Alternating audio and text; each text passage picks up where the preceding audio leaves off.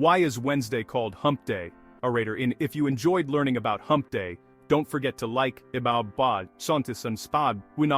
subscribe, and drop a comment below. We love hearing your thoughts. As modern as it might sound, Wednesday has been informally and somewhat jokingly known as Hump Day since the mid-1900s, with the earliest record of the term unearthed so far dating back to 1955. Ever since then, though, this moniker has continued to grow in popularity, with the term soaring into mainstream use in the early 2000s and 2010s. But where on earth has such a peculiar name come from? The surprisingly straightforward origins of Hump Day. The historical record seems to suggest that this is a squarely North American term, with the Oxford English Dictionary's earliest citations coming from local newspapers in California, like, the highlight of any patrol is Ganisford is Denin Tamadaburu, Bikeston Hambani Enisford. Hump Day, from 1959, and Nebraska, with Happy Hump Day, the week is half over, from 1965. Jonathan Green's Dictionary of Slang, meanwhile, has an isolated record of Wednesday being referred to as Hump Night in an American periodical from 1966.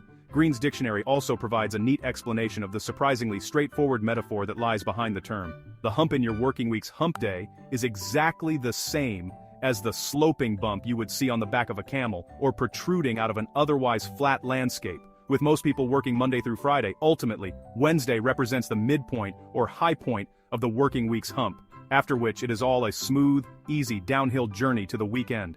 The prospect of a rapidly approaching weekend, plus all of the free time that it brings with it, might be enough for some of us, but several Northern European countries and cultures like to take the notion of a hump day one step further.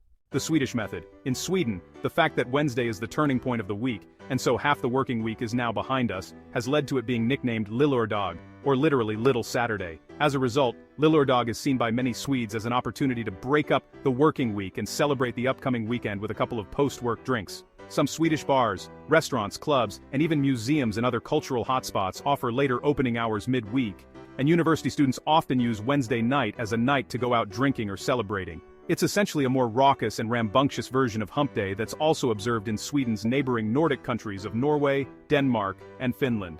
That being said, however, Sweden's Little Saturday might have a more practical and less hedonistic explanation behind it than simply celebrating the fast-approaching weekend.